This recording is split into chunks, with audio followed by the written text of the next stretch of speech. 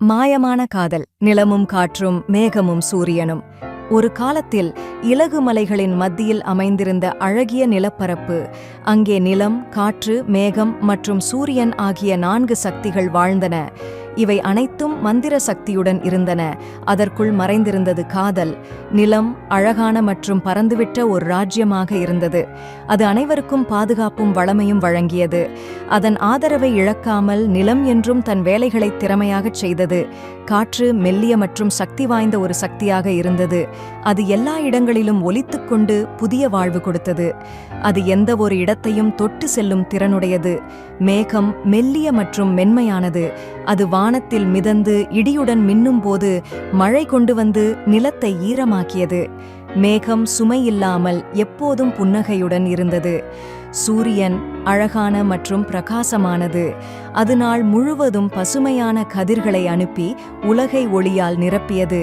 அதன் கதிர்கள் அனைவருக்கும் ஆரோக்கியம் மற்றும் வாழ்வின் உற்சாகத்தை கொடுத்தது. ஒரு நாள் நிலம் தன்னிடம் வந்த காற்றை பார்த்து, "நீ எப்போதும் எங்கு சென்றாலும் என் மீது மெல்லிய தென்றலாய் வீசுகிறாய். உன்னிடம் ஏதோ மறைமுகமானதொரு உணர்வு உள்ளது" என்றது.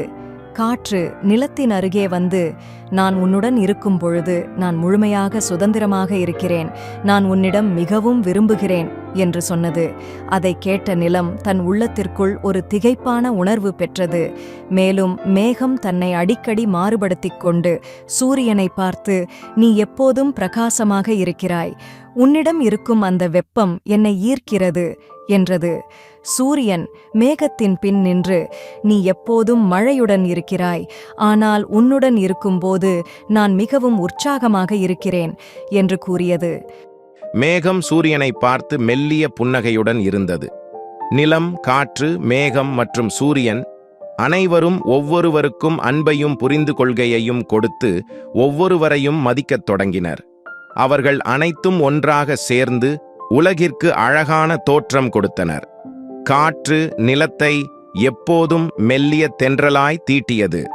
அதன் நெருக்கத்தை உணர்ந்து நிலம் அதற்கு பதிலாக நிலைத்தன்மையையும் வலிமையையும் கொடுத்தது. அவர்கள் ஒன்றாக இருப்பது எல்லோருக்கும் மகிழ்ச்சியை வழங்கியது. மேலும் சூரியன் மேகத்தின் பின் நின்று அதன் ஒளியை பரப்பியது. மேகம் மழையை கொடுத்து உலகத்திற்கு புத்துணர்ச்சியை வழங்கியது. அவர்கள் ஒன்றாக இருப்பது உலகிற்கு ஒரு புதிய வாழ்வை வழங்கியது. ஒரு நாள் நிலம், காற்று, மேகம் மற்றும் சூரியன் அனைவரும் ஒன்றாக கூடி, "நாம் எப்போதும் ஒன்றாக இருப்போம். நமது அன்பும் புரிந்து கொள்கையும் எப்போதும் நிலைத்திருக்க வேண்டும்" என்று உறுதியுடன் கூறினர்.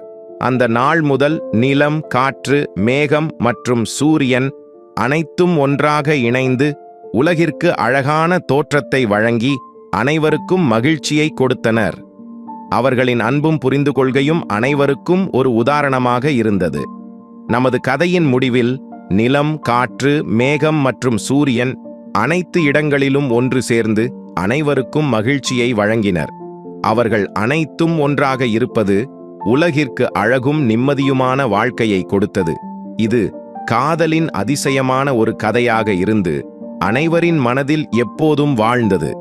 கதை முடிவில் காதல் எப்போதும் அனைத்து இடங்களிலும் இருக்க வேண்டும் என்பதே நிச்சயம்.